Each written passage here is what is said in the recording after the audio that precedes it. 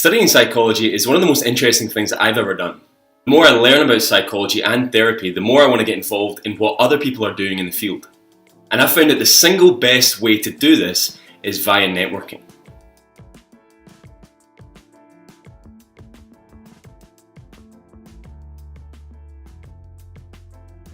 Hey guys, welcome to another week's episode of GetPsyched, and this week we're going to be looking at the power of networking and the best ways to network for psychologists and psychology students. Now, first of all, I should say that networking holds a massive amount of power in psychology for a number of different reasons. Psychology primarily is a field of individuals who care about the well-being of others. And as a result, whenever I've tried to network with predominant psychologists and other individuals in the field, I've been met with nothing but good grace and people who have been really keen to help me in my career in psychology. The actual philosophical foundation of psychology, that desire to help others and understand others, has actually been a really key factor in why I've been so successful in networking in psychology. Basically, people have always been willing to help. And another reason that why networking is so powerful in psychology and such a great opportunity is that so few people do it and do it to great effect. Now, this might be for a number of different reasons. Perhaps people don't really know what they're doing, or they don't want to seem like they're stepping out of line. And perhaps they don't actually know how to network or who to contact. And that's why I wanted to make this video this week. I want to give you a bit of a backstory as to how I've found networking a really powerful factor in my career in psychology, and the ways in which I made networking work for me, and the ways I continue to network and have seen massive benefits as a result. So, first of all, why should we network in psychology? Now, you might just be starting out in the field in psychology. Maybe you're doing your undergrad, or maybe you're doing a postgraduate, a master's, a doctorate, or maybe even a psychologist qualified themselves. Regardless, networking is always going to be a powerful characteristic to your work.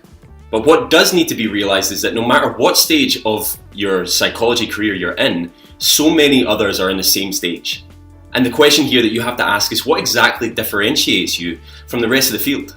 And I really feel that that's where networking comes in. Who can you create relationships with? Who can you contact to see the different opportunities that might be available for you in psychology?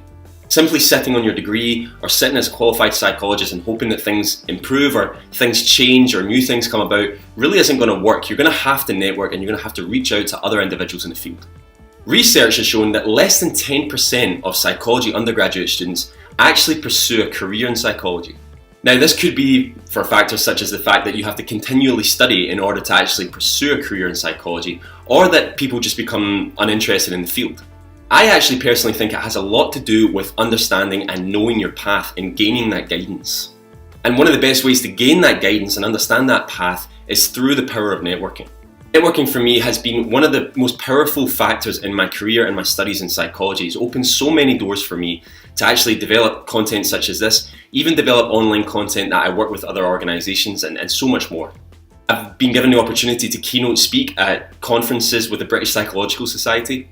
I presented at international conferences like earlier this summer when I was in the Philippines. I've even been offered job opportunities in psychology on the spot without interviews because of the networking I had done and because of the contacts that I had made. So how do psychology students network better? Well, here's what I did. I would make a point of collating all the contact information of all the psychology and therapy services in my area and reached out to them. I created a bulk email, so I created a draft email of what I wanted to get across, and I customized it based on the organisation with which I was contacting at that moment. I would first of all express my interest in their work. They were in psychology, they were working in therapy, so of course I was interested, and the fact that I wanted to learn more about what they did. Now, one of the key factors when actually creating this bulk email or when reaching out to these organisations was I would try and add value wherever I could. If it meant volunteering for them, working in their centres, creating online content for them, doing a social media campaign, whatever it was, I would offer it, or whatever was specific for that organisation or applicable for that organisation, I would offer it. I would try and add value to that organisation wherever I could. It's no good just sending out an email and saying, tell me more about what you do, I would love to get to know you better. One of the things you really have to do is add value. You have to give that organisation or that individual a reason to connect back with you. I also attended events. Often I would attend at free events, or if I had the money, sometimes I would attend paid events. And it was a really great opportunity to meet face to face with individuals that I wanted to connect with. Now, often in events in psychology, you can get a good idea of who might be attending or the themes that might be emerging via the campaigns that they run on social media in the lead up to the events, or via the web address. I made sure that I was attending events that were in line with my interests, in line with my passions in therapy and in psychology. And when I went, I made sure that I would get a couple of minutes with the people that I wanted to speak with.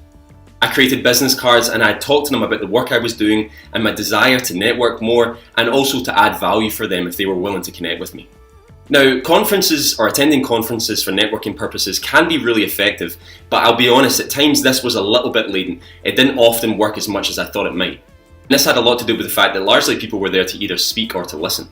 I found conference attending helpful, but not as helpful as actually reaching out to organisations or individuals via the phone or via email. And in large, this is probably to do with the fact that the power of the internet is so big. There's so much opportunity to actually connect with different individuals in a field all over the world. Now, one of the keys of networking is that you actually have to create the opportunity for yourself. These opportunities are not going to just present themselves. You have to create them.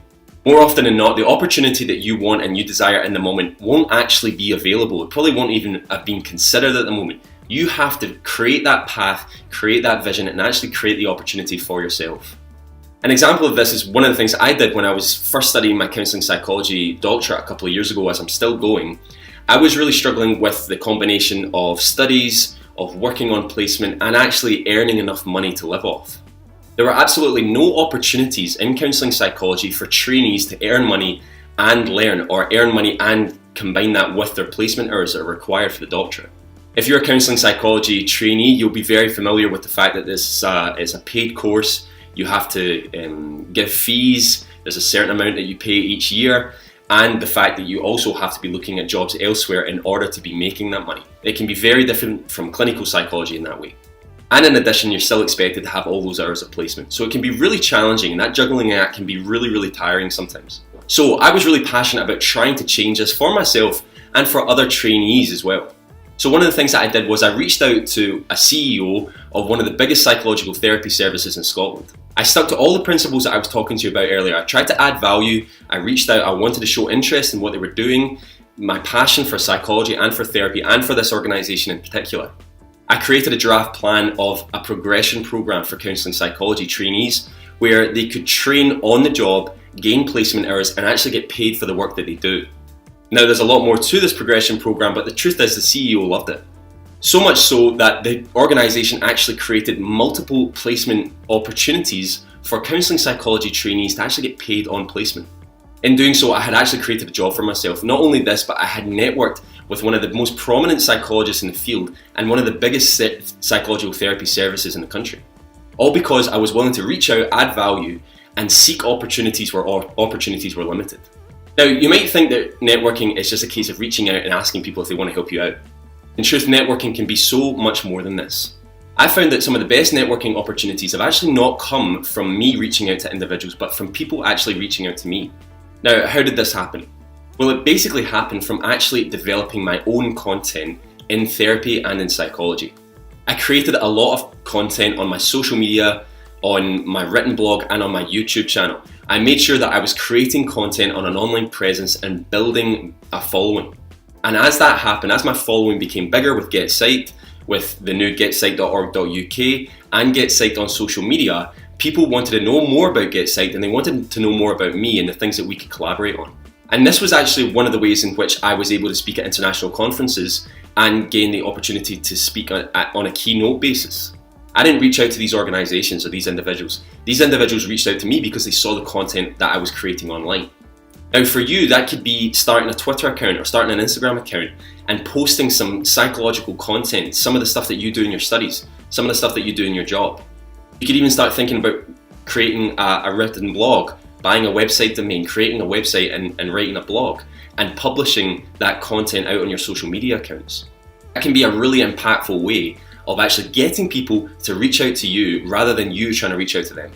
The opportunity for networking for psychologists and psychology students is there, and it's so big. If you're willing to engage, add value and create content, then you can experience how impactful networking can be for you, your studies and your career. This is an area that I'm actually really passionate about, and it might seem a bit of a strange video to do, but a lot of the videos that we do on GetPsyched don't only just cover psychological content, but also some of the stuff that can actually help psychology students in general. And networking and communicating with other individuals in the field is not something often considered by psychology or psychologists. I really want to change that, and I want to give you guys the tools to help you network better in the field of psychology and see the opportunities grow. Guys, thanks so much for watching this week's episode of GetPsyched. I really hope that you guys have found value in this, especially if you're a psychology student or a qualified psychologist. If you have, then make sure to comment on the videos. You can share the videos as well. But like I said, guys, thanks so much for watching, and hopefully catch you next week.